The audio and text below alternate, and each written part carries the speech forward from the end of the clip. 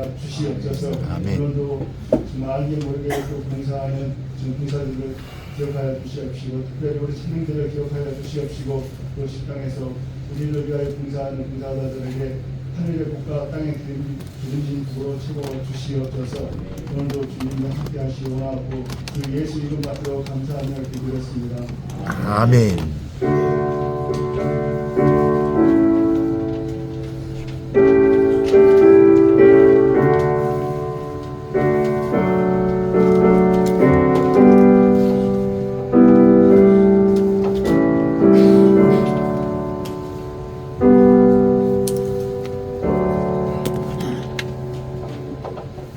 이 시간은 누가복음 15장 11절에서 24절 말씀 우리 함께 합독하도록 하겠습니다.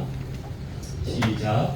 또 이르시되 어떤 사람에게 두 아들이 있는데 그 둘째가 아버지에게 말하되 아버지여 재산 중에서 내게 돌아올 분깃을 내게 주소서 하는지라. 아버지가 그 살림을 각각 나눠 주었더니 그 후 며칠이 안 되어 둘째 아들이 재물을 다 모아가지고 먼 나라에 가 거기서 허랑방탕하여 그 재산을 낭비하더니 다 없앤 후 그 나라에 크게 흉년이 들어 그가 비로소 궁핍한지라.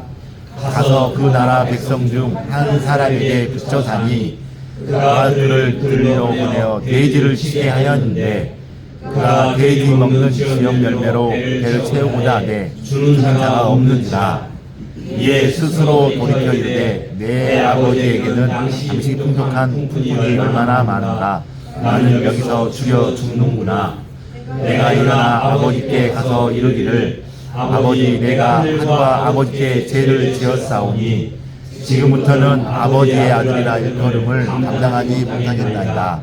나를 풍문의 하나로 고소하리라 하고 이에 일어나서 아버지께로 돌아가니라.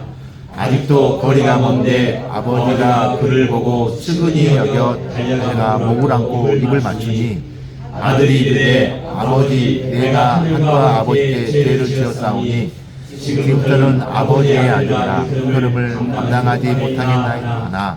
아버지는 종들에게 이르되 제일 좋은 옷을 내어다가 입히고 손에 가락지를 끼우고 발에 신을 신기라.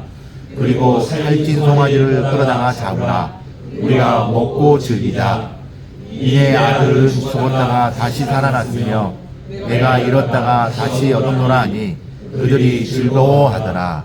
아멘. 이 시간 신학의 환대 원리 상대 아버지라는 말씀 가지고 또 말씀드릴 때에 우리가 한 주간 어떤 삶을 살았지라도 돌이보는 시간 됐으면 좋겠습니다.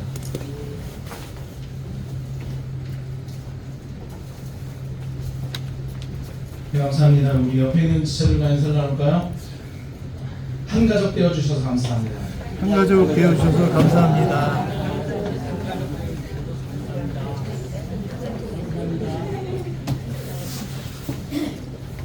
한 가족 되어주셔서 감사합니다. 두 분만 가지고 아니고 근데 두 분을 이렇게 끝에 앉으셨어요? 잘 안 보여가지고 의미가 있네요. 네. 그 카톡 프로필 사진 보니까 두 분에서 이렇게 가깝게 두 분이 같이 계시고 그 어머니 떨어져 앉으셔가지고 환대에 대한 이야기를 계속해서 나누고 있습니다. 오늘은 이제 네 번째 이야기예요. 첫 번째 우리가 환대를 이야기할 때는 우리가 믿는 하나님이 누구시냐에서부터 시작합니다. 그 하나님이 환대의 하나님이자 삼위의 하나님이셨기 때문에 우리 또한 그러하고 또 그 다음 주의 차에는 환대라고 하는 이 의미가 낯선 사람들을 사랑하는 거예요. 내가 잘 모르는 사람. 그 이야기가 예수 그리스도의 가르침 가운데 있었던 겁니다. 그러면서 구약은 누굴 살펴봤어요? 아브라함을 살펴봤고 그 구약의 환대 원리를 그 아브라함의 이야기를 하면서 낯선 사람들을 환대했더니 뭘 하게 됐어요? 하나님의 역사와 하나님의 이야기를 알게 되는 이야기. 지난주에 말씀드린 거예요.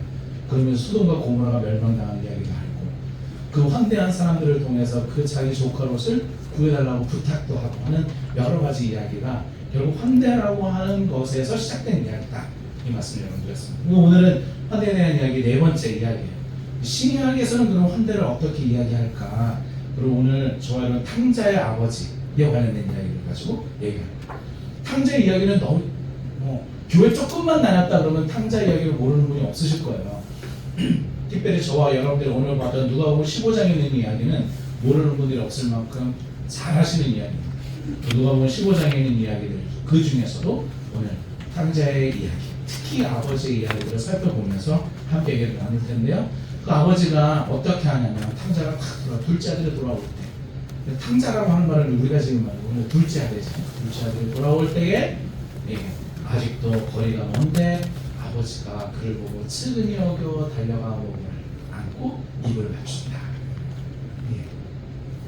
우리도 누군가가 다시 돌아오면 달려가 그를 안고 측은히 여겨 입을 맞추는 일들이 우리에게 있었으면 좋겠어.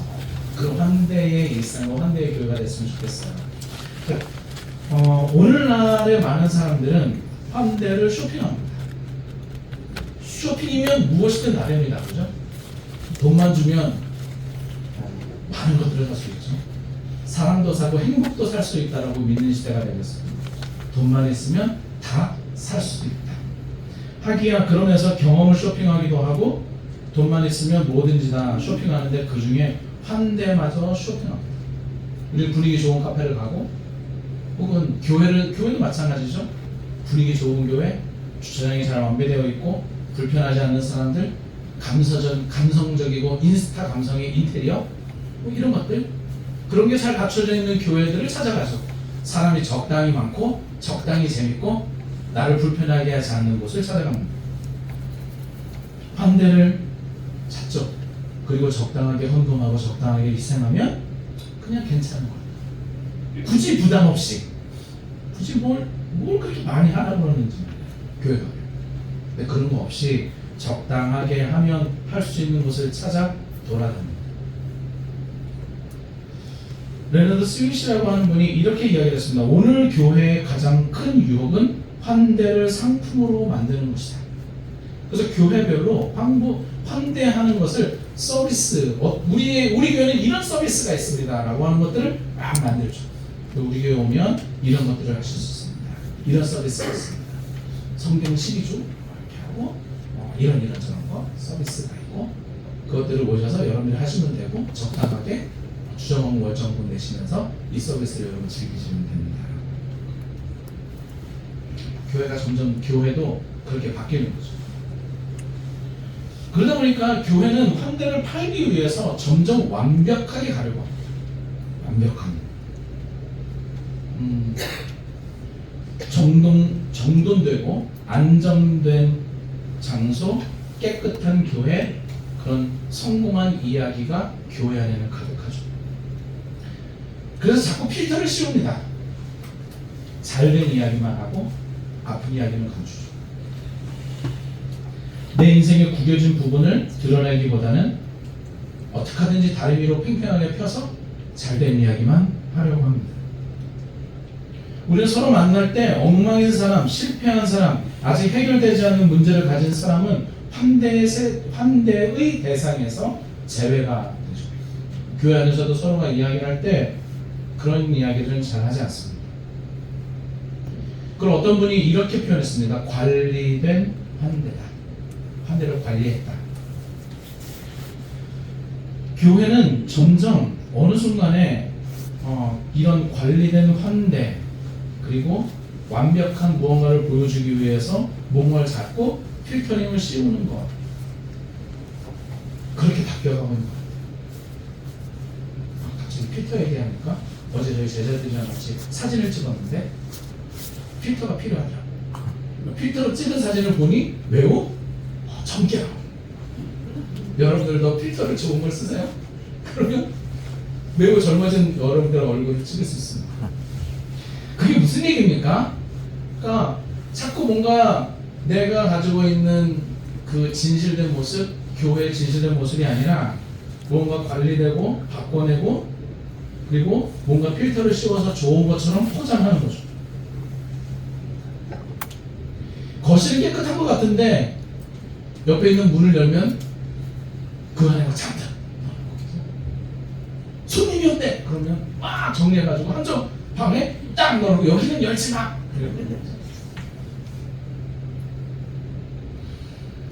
엉망진창인 것을 청소하고 잘 만들어내는 것, 그 엉망진창인 한복판 그런 일상에서 하나님을 만나고 문을 열어서 서로를 만나는 것이 아니라 그저 그냥 괜찮은 나의 모습, 괜찮은 교회 모습만 이야기하고 있는지 모르겠어요.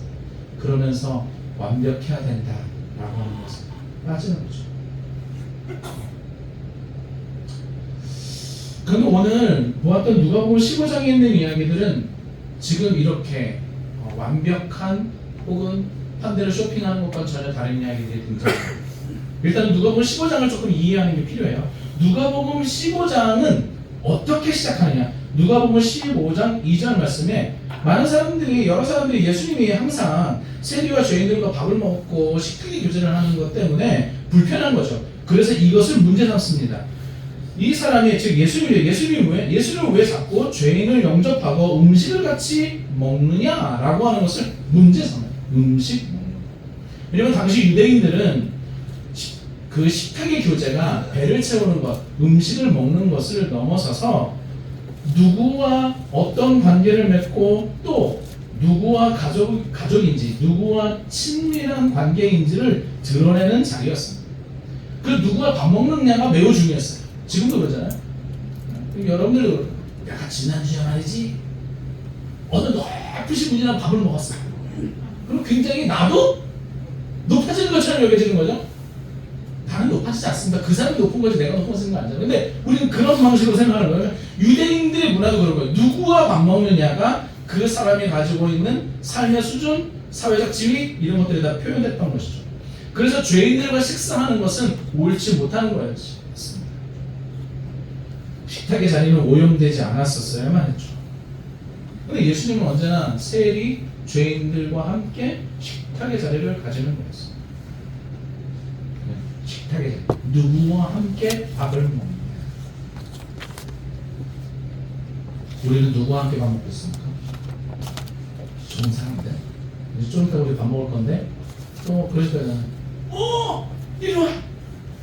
내가 친한 사람들만 딱 우리가 그러잖아요, 그죠? 왜 저 옆에 있는 다른 곳은 그렇게 하나 친한 사람들.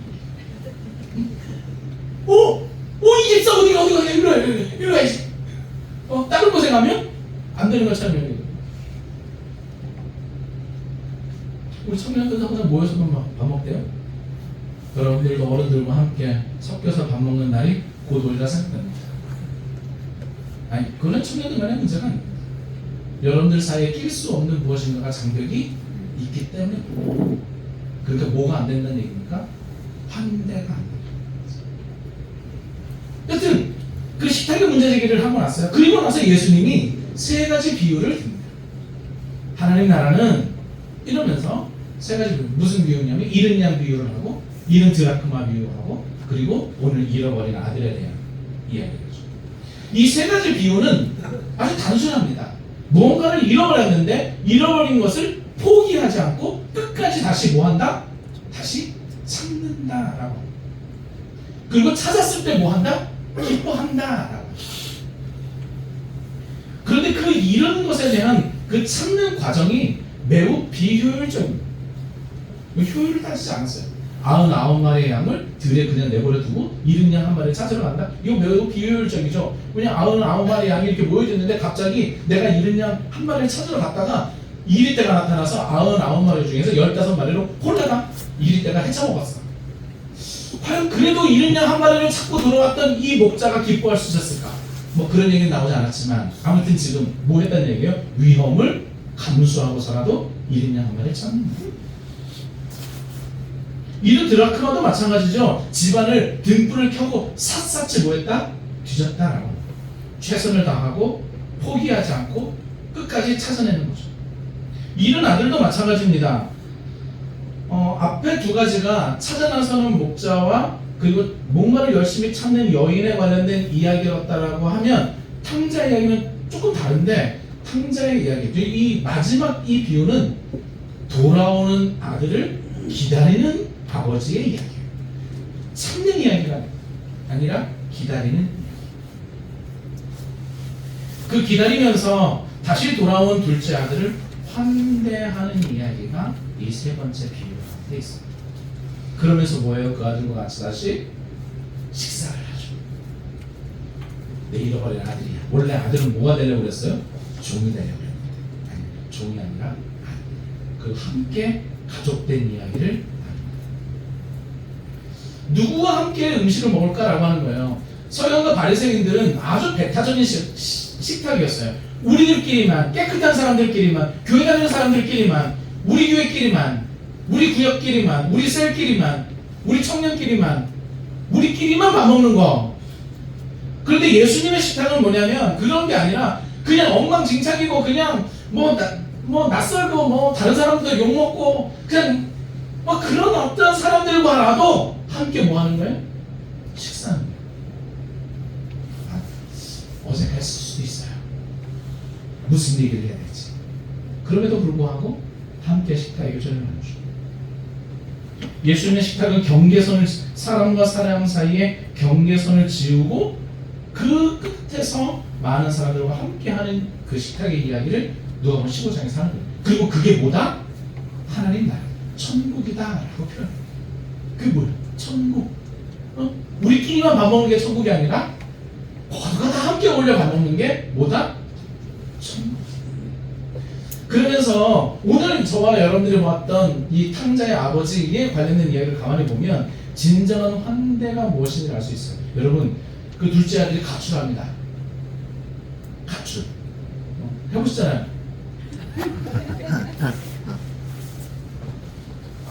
여러분들도 해보시잖아요. 안 해보셨어요? 가출 사건의 전말이 있습니다. 첫 번째는 이 가출을 할 때, 둘째 아들 가출을 할 때 아버지로부터 뭘 달라고 그러죠? 재산을 달라고, 유산을 달라고. 유산은 언제 주는 거예요? 죽으면 주는 거예요. 근데 살아서 달라고 하는 이야기는 그 아버지가, 살아있는 아버지가 빨리 죽었으면 좋겠어 라고 하는 표현과 동일합니다. 그 문화 가운데서 그렇게 받아들였어요. 그 아버지에게 돈을 달라고 했던 것은 그 아버지가 지금 살아있는데 아버지 빨리 죽었으면 좋겠어요. 아버지. 빨리 죽어가지고 나 돈 줬으면 좋겠네? 언제 돌아가실겨? 빨리 아버지가 죽어버려야 내가 유산을 받아서 내가 챙길 건데. 아버지 마음이 얼마나 상처가 되겠어요.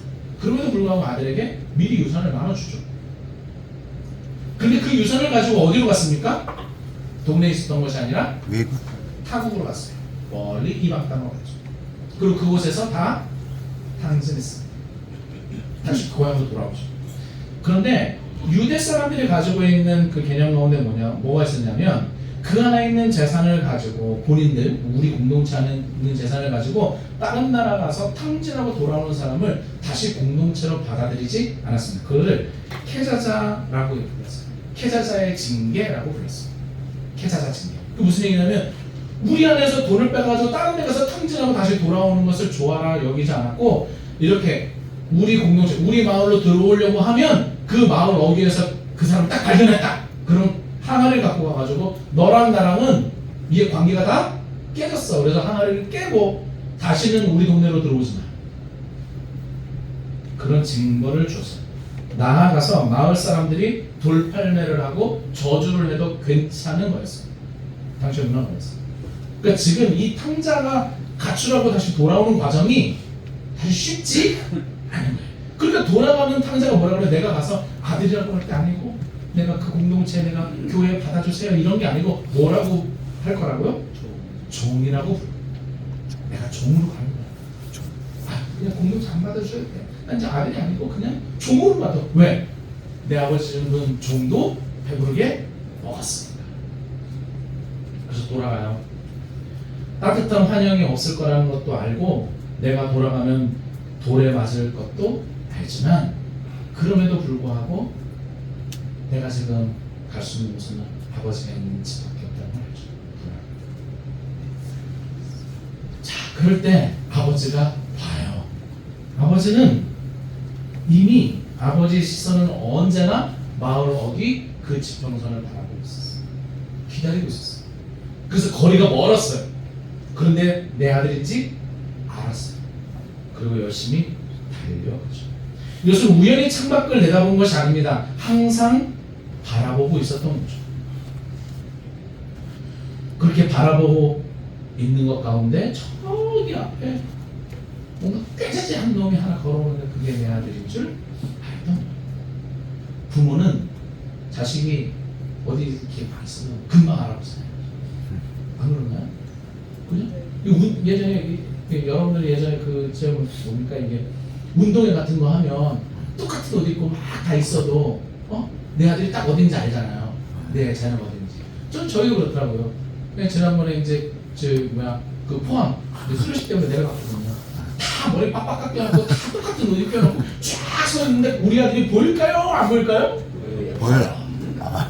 보여. 쫙서부터 걸어오는데 다 보여. 왜 거의 안경 쓴 놈이 한둘이었겠어요? 그래도 내 아들은 보여. 또 보이는 거야. 아버지도 그 아들이 보였던 거죠. 그 시선으로 바라봤어요. 그리고 나서 뭐였습니까? 신속히 달려갔어요. 빨리 달려갔어요. 빨리 달려가서 그 아들을 만나고 끌어안고 입을 맞추고 돌아오게 합니다. 여러분, 왜 빨리 달려나갔을까? 왜 빨리 달려나갔을까? 만약에 그 아들이 동네 사람들한테 들키면 어떻게 되는 거예요? 돈을 맞는 거예요.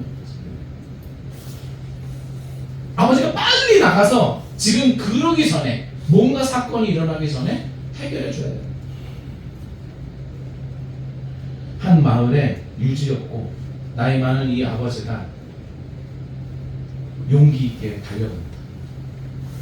부끄러움을 그리고 이제 앞으로 일어날 여러 가지 일들을 뒤로 하고 달려갑니다.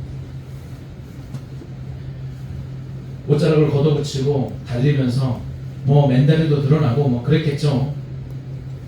아주 빠른 속도로 아들을 발견하고 찾아가 다른 사람들이 그 아들을 향해서 저주를 퍼붓고 돌팔매질을 하기 전에 먼저 아버지가 만납니다. 이 아들의 보호막이 되어줘야 했기 때문이죠. 그리고 그 모든 비난과 돌팔매, 너는 우리 공동체에 들어올 수 없어 라고 하는 그런 이야기를 듣기 전에 아버지가 모든 것을 회복시켜 줍니다. 자기 자신의 안락함과 평안함을 포기했던 아버지의 신속한 용기가 있었던 거죠. 근데 이 이야기를 가만히 보면서 그런 생각이 들었습니다. 좀 전에 잃어버린 양, 잃어버린 드라크마, 집을 나간 둘째 아들. 이 이야기를 하면 떠오르는 분이 혹시 있으십니까? 이와 함께 했는데 떠나갔던 사람들 혹시 아십니까? 혹시 나에게 상처 주고 떠나갔던 그 누군가가 여러분 기억나십니까? 어찌됐든 간에 우리를 향해서 끊임없이 그렇게 살면 안 돼라고 이야기했던 사람들, 그러면서 우리를 떠나갔던 잃어버린 사람들, 떠났던 사람들, 그 사람들을 향한 우리들의 마음은 어떠합니까? 아버지처럼 다시 품에 끌어안고 다시 괜찮다 이야기할 수 있을까? 어느 순간 우리는 과거에 있었던 많은 기억들 때문에 더 이상 환대하지 않고 더 이상 교회로 받아들이지 않는지 모르겠어요. 아버지가 달려간 그 길은 단순히 반가움을 표현하는 길이 아니었습니다. 아들의 수치를, 그 녀석이 나갈 때 나한테 했던 그 모든 그 감정들을, 그 분노의 감정과 그 섭섭함과 서운함과 그 많은 복잡한 감정들을 다 뒤로 하고 그저 그가 돌아왔다는 것만 생각했습니다. 아들을 훈계하기 위해서, 꾸짖기 위해서, 너는 지난번에 그렇게 했으니까 너는 모든 걸 다 정리하고 와야지. 꿇어! 이런 집을 나가? 꿇어! 라고 말하지 않았어요.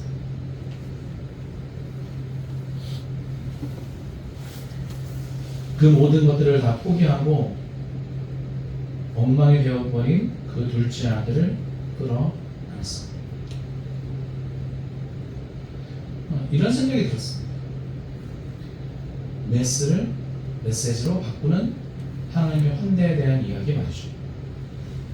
메스라고 하는 이 뜻은 엉망진창이다, 혼란스럽다라고 하는 뜻입니다. 문제투성이로 엉망진창인 인생, 혼란스러운 인생, 절망에 빠진 인생, 갈 길을 잃는 인생. 관계는 깨졌고 돈은 탕진했고 정체성은 내가 종인지 아들인지 내가 이곳에 있어야 되는지 말아야 되는지조차도 흔들렸던 이 둘째 아들. 그러나 아버지는 그 인생을 환대해 주었습니다. 네 인생을 깨끗이 정리하고 와라. 네가 조금 더 깨끗이 씻고 조금 더 그래도 어떻게 이렇게 다 잃을 수 있니? 그래도 조금 챙겨가지고 와야지 라고 말하는 것이 아니라 그저 그 엉망진창이 되어버린 인생, 그 인생이 되어져 버린 둘째 아들을 끌어안았습니다. 돼지우리에서 나온 냄새, 찢겨진 옷, 실패한 흔적들, 자신의 인생을 관리하지 못해서 망가져버린 그 많은 사람들은 그가 회개하고 돌이켜야 공동체의 일원이 될 수 있다고 말합니다. 회개하고 돌이켜야 그래도 우리와 함께 할 수 있다고 말할지 모르겠습니다. 회개하고 돌이켜야 이 마을에 들어올 수 있다고 말할지 모르겠습니다. 그런데 아버지는 달랐습니다. 하나님의 환대, 아버지의 환대는 그 엉망진창된 인생을 삭제하고 다시 리셋시키고 다시 회복시켜서 우리 안으로 돌아와야 돼 라고 말한 것이 아니라 그들의 냄새를 제거하고 조금 더 깨끗한 옷을 입고 조금 더 번듯하게 해서 돌아와야 돼 라고 말한 것이 아니라 그저 그를 끌어안고 자기 집으로 다시 돌아오게 만들고 음식을 만들고 이제 그를 씻기고 그에게 다시 새 옷을 주셨던 하나님 아버지였던 것이죠. 하나님은 냄새나는 그 삶의 현장으로 둘째 아들의 품으로 들어갔습니다. 그거는 저와 여러분들도 마찬가지일 겁니다. 내 인생에도 하나님이 찾아오실 때 그렇게 찾아오신 거죠. 그런데 그 엉망진창인 이 사람이 하나님의 은혜의 시간, 에이지라고 하는 은혜의 시간을 만나면 메시지가 됩니다. 저는 이 은혜가 저와 여러분들 가운데 있기를 바랍니다. 불안하고 엉망이고 뭐 어떻게 할지도 모르겠고 실패했고 어딘가 누군가를 찾아가 만나기도 어렵고 그런데 그 가운데서도 하나님의 은혜 그 환대의 시간을 보내니 그 사람이 무엇인가 하나님의 은혜를 증거하는 증거자가 되는 것이죠. 전 지금도 우리가 그래야만 한다라고 생각합니다. 엉망으로 살아가는 인생들이 저와 여러분들을 만나 저와 여러분들이 베푸는 그 환대를 경험할 때 그들이 이야기하겠죠. 부천 열린교회에 있었던 그 장로님, 그 사람, 그 누군가 때문에 내가 회복하고 내가 살았고 그 절망의 구렁텅이에서 다시 일어났고 내가 그 안 되는 상황에서도 용기를 가질 수 있었다라고 말이죠. 하나님은 지능을 가지고도 마스터피스 작품을 만드는 신을 부른다. 이게 레너드 스윗이라고 한 분이 이야기합니다. 하나님은 지능을 만지는 예술가다. 하나님은 우리가 버리고 싶어하는 그 지저분한 진흙을 재료 삼아서 최고의 작품을 만든다. 어떤 사람은 진흙이 묻었기 때문에 툴툴 털어버리고 이 진흙은 나에게 필요 없다라고 생각할지 모르겠지만 그리고 더럽다라고 생각할지 모르겠지만 하나님은 그 더럽다 생각하는 진흙으로 작품을 만드시는 어쩌면 하나님은 우리의 수치스러운 과거와 깨어진 상처와 여러 가지 많은 것들을 조물락 그 모든 진흙들을 가져다가 이 세상에 단 하나뿐인 은혜의 작품을 만드시고 계시는 줄로 믿습니다. 아멘. 많은 사람들은 자기 자신의 실패와 많은 교회는 자기 교회가 잘 안 되는 것과 그리고 슬픔과 어려움들을 잘 말하지 않으려고 합니다. 어느 교회를 가든 다 우리 교회가 잘하는 것만 우리는 좋은 것만 말하죠. 그러나 하나님은 그 잘된 곳에서가 아닌 가장 안 좋은 곳에 안 좋은 현실들을 환대의 품으로 맞이하고 있다라고 하는 것 여러분들이 기억하시면 좋겠습니다.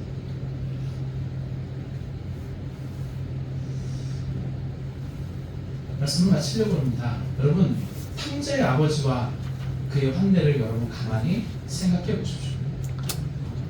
환대는 혼란한 가운데서도 함께 살아야 하는 가족이라고 말하는 것입니다. 많은 사람들은 저 사람들이 회개하고 저 사람들이 고쳐져야 되고 바뀌어져야 되고 그래야 우리 교회가 받아줄 수 있을 거야 라고 말하는지 모르겠지만, 하나님은 그렇게 누군가를 고쳐야 할 것으로 볼 것이 아니라 그저 함께 살아가야 할 가족이라고 말하고 있습니다. 예수님은 세리와 죄인이 그 모든 것을 돌이키고 그 모든 것을 완성했을 때에야 식탁으로 부르신 것이 아니라 그들과 함께 식탁의 교제를 나누는 것 가운데서 그들의 변화를 일으켜내셨습니다. 여러분, 삭개오를 기억하십니까? 삭개오가 뽕나무 위에서 이야기하죠. 내려다보고 있었습니다. 예수님이 지나가다 삭개오를 만납니다. 삭개오야, 내려와라. 오늘 너희 집에서 유하여야겠다. 그리고 삭개오와 함께 뭐 해요? 음식을 나눴습니다. 그 식탁의 자리에서 뭐가 일어나죠? 회개의 역사가 일어납니다. 삭개오는 회개하고 돌이키고 제가 잘못한 것들을 이제 바로잡으려고 하죠. 그런 이후에 세리의 삶을 살았을까요? 아니면 다른 사람의 삶을 살았을까요? 성경은 기록하고 있지 않지만 삭개오는 계속해서 세리장의 삶을 살았습니다. 세리의 삶을 사느냐 안 사느냐가 중요하지 않았습니다. 정직한 그리스도인으로 사느냐 안 사느냐가 훨씬 더 중요했고, 예수님의 환대, 그 식탁의 교제 가운데서 누리는 구원의 역사를 받았느냐 안 받았느냐가 훨씬 더 중요했기 때문이죠. 많은 사람들은 그를 여전히 손가락질했을지 모르겠습니다. 예수님을 믿는 자가, 예수님의 제자라고 불렸던 사람이 너는 구원받았다며 여전히 그런 일을 하고 있는가? 그러나 예수님 그리고 하나님의 생각은 달랐던 것이죠. 여러분들은 지금 어떻게 환대의 일상을 살고 계시고 또 어떤 환대를 하나님으로부터 받았습니까? 하나님은 우리를 그리고 저를 고쳐야만 하는 대상으로 보지 않으시는 것 같습니다. 제 안에도 끊임없이 더 좋아지고 싶고 더 잘하고 싶고 하는 마음이 없지 않습니다. 더 좋은 것을 누리고 싶고 더 좋은 일들이 있었으면 좋겠죠. 조금 더 통장이 풍성했으면 좋겠습니다. 그 욕망과 마음이 없지 않습니다. 제게. 그러나 하나님은 제게 그 모든 것을 뛰어넘는 은혜를 주신 것이죠. 없어도 감사할 수 있는, 부족해도 괜찮다 말씀하시는 하나님의 이야기. 뭔가를 잘해서가 아니라 여전히 부족함에도 불구하고 최선을 다해서 애쓰는 저를 귀하게 여기시는 것 말입니다. 그래서 저는 누구도 고쳐야 할 대상이 아니라 어쩌면 함께 살아가야 할 가족으로 받아들이는 인생이 되고 싶습니다. 너가 이런 것들을 다 고쳤기 때문에 내 가족이 될 수 있어가 아니라, 너가 이런 것을 잘했기 때문에가 아니라 그냥 우리 함께 가족인 거 말이죠. 손님으로 대접받는 것이 아니라 집으로 초대하고 성공한 이야기만 나누는 것이 아니라 실패하고 엉망이었던 이야기들을 함께 나누면서, 그러면서 우리에게 주어진 은혜를 나누는 그 가족들 말입니다.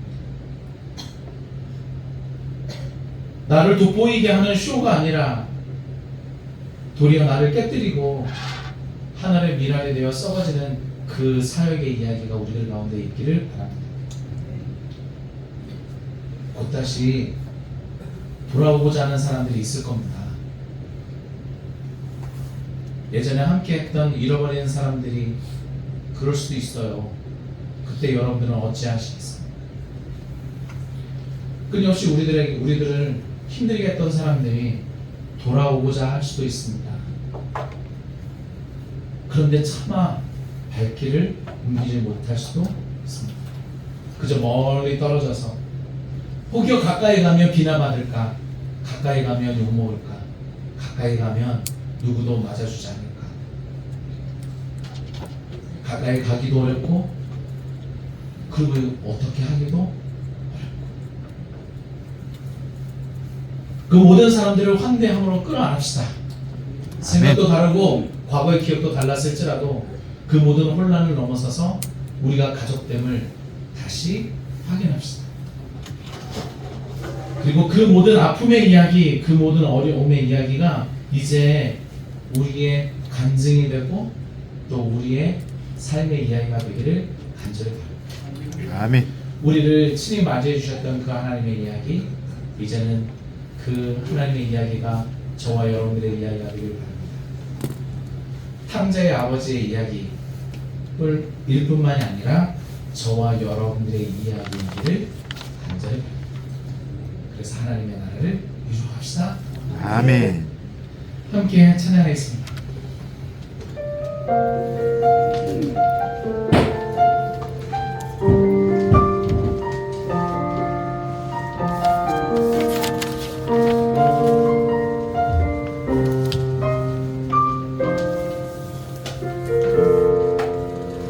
나의 평생에 가장 복된 일은 내가 예수님을 만난 것이라. 나의 평생에 가장 잘한 일은 내가 예수님을 주로 섬긴 것이라. 이 세상 살 동안 내가 걷는 길 때론 험하여서 넘어질 때도 주의 강한 손이 나를 붙드시니 나는 예수님만 주로 섬기며 살리. 다시 한번 합시다.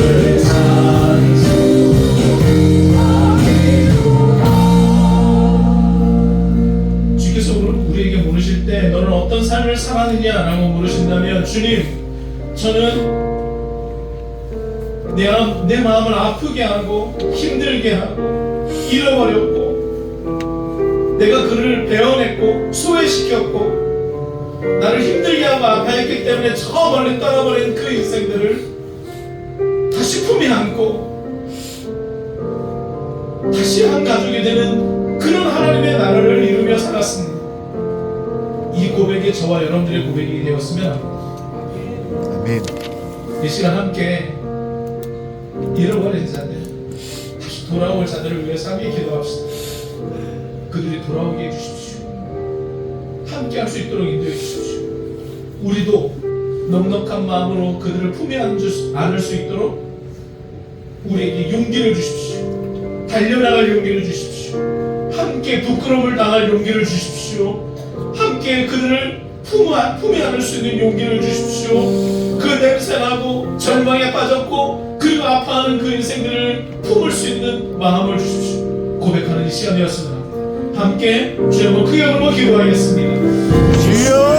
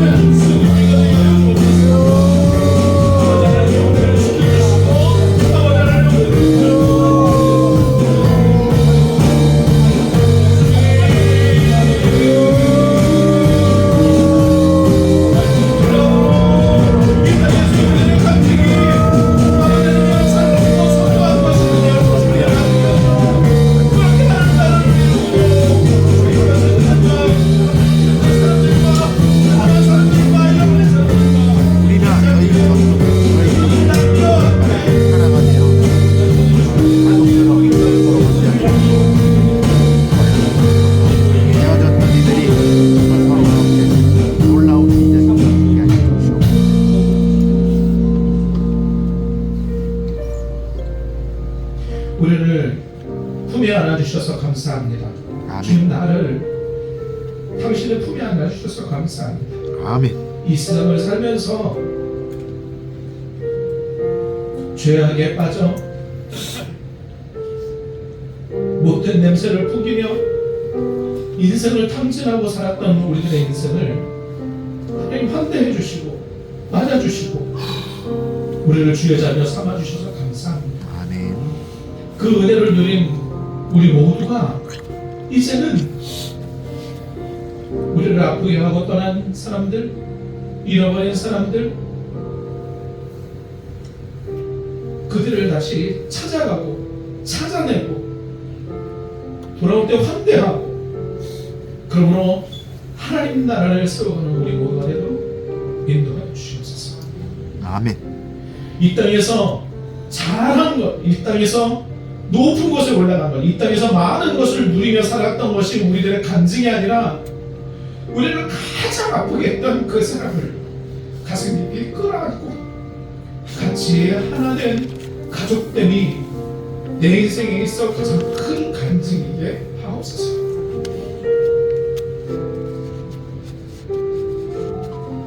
저를 끊임없이 험담하고 미워했던 그 사람을 만나 다시 하나된 교회가 된 한 가족이 된 것이 우리의 삶에 있어서 가장 큰 찬송이게 하옵소서. 아멘. 내게 주어진 남은 날들을 그렇게 용기 있게 살기를 바라고 내게 주어진 남은 날들을 그렇게 환대하며 살기 원하니 주여 연약한 우리들을 붙잡아 주옵소서. 아멘. 우리에게 크신 은혜 주시는 하나님 앞에 감사를 드리며 우리 주 예수 그리스도의 이름으로 기도했습니다. 아멘. 감사합니다.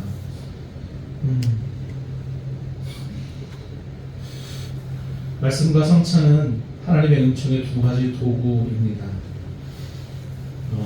말씀이라고 하는 것이 또 설교가 우리를 위한 하나님의 말씀이라고 한다면 이 성찬은 나를 위한 하나님의 말씀입니다.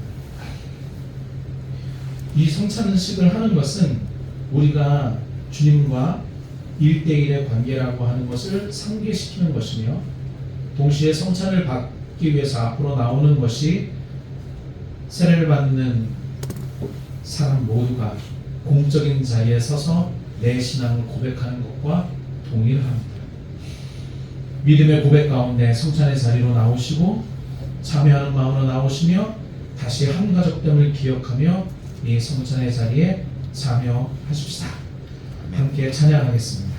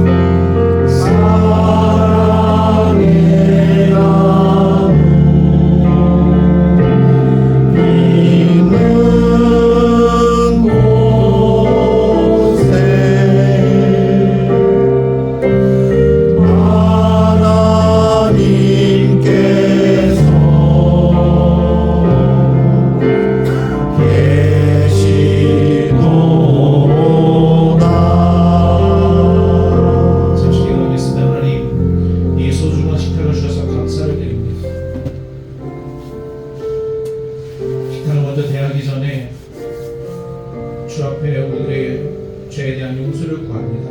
그리스도의 보혈로 덮어주시고 이 성찬을 대하는 우리들의 몸과 마음과 영혼이 부정하여 주의 몸과 주의 피를 어렵게 하지 아니하도록 인도하여 주옵소서. 아멘.